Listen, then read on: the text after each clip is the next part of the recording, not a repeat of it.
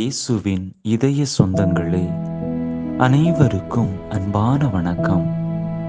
திரு இருதய வணக்க மாதத்தின் 24ஆம் நாளாகிய இன்று இயேசுவினுடைய திரு இருதயம் புனித மார்கரீத் மரியம்மாளுக்கு கொடுத்த 12 வாக்குறுதிகளுள் ஒன்றை குறித்து தியானிப்போம்.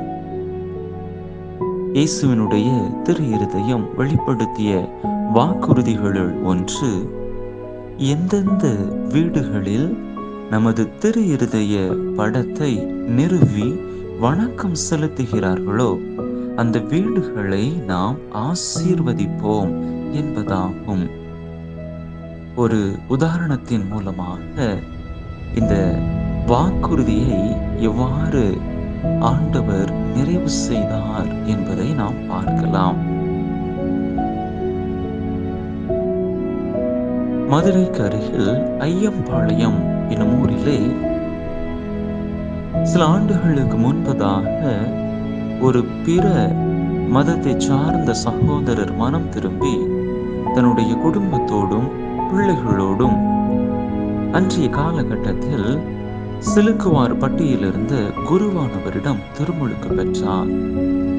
இந்த புது கிறிஸ்தவர் தான் சேர்ந்த இந்த புது சமயத்தின் மட்டிலும் நல்ல கிறிஸ்தவனுக்குரிய கடமைகள் மட்டிலும் மிகவும் பிரமாணிக்கமாக இருந்தார். ஒரு நாள் பங்கு குருவானவர் அவருக்கு ஒரு அழகான இயேசுவினுடைய திரு இருதய படத்தை கொடுத்து அதை அவருடைய வீட்டிலே ஒரு நல்ல இடத்தில் நிறுவி அதன் முன் நாள்தோறும் ஜெபங்கள் சொல்லி வருமாறு அவருக்கு ஒரு அன்பு கட்டளையை கொடுத்தார். அப்பொழுது இயேசுவினுடைய திரு இருதய ஆசீர்வாதமும் ஆதரவும் உங்களுடைய குடும்பத்தின் பேரிலும் உங்களுடைய வீட்டின் பேரிலும் இறங்கி வரும் என்பதை உறுதியாக நீங்கள் நம்ப வேண்டும் என்றும் சொன்னார். அந்த குருவானவர் அவரிடத்திலே சொன்னதுபடியே இந்த புது கிறிஸ்தவரும் தன்னுடைய வீட்டிலே திரு இருதய படம் ஒன்றை நிறுவி அதற்கு வணக்கம் செலுத்தி வந்தார்.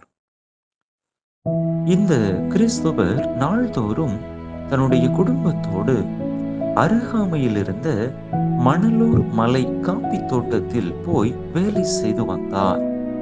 அங்கே அவர் வேலை செய்து கொண்டிருந்த ஒரு நாள் அவருடைய கிராமத்தில் தீப்பிடித்து எல்லா வீடுகளுமே எரிந்து போயின. மாலை பொழுதில் தன்னுடைய வீட்டிற்கு திரும்பி வந்த பொழுது அங்கே பார்க்கிறார், ஒரே ஒரு வீடு மட்டும் தீயினால் பாதிக்கப்படாமல் இருப்பதை பார்க்கிறார். அருகில் வந்து பார்க்கிற பொழுது அது அவருடைய சொந்த வீடுதான். அந்த நாள் முழுவதும் வீடு அடைத்து கிடந்தது. வீட்டிலே யாரும் இல்லை. அது ஒரு சாதாரண கூரை வீடு. அகோர நெருப்பில் இருந்து அந்த வீட்டை காப்பாற்ற அந்த வீட்டில் ஒரு ஆள் கூட இல்லை.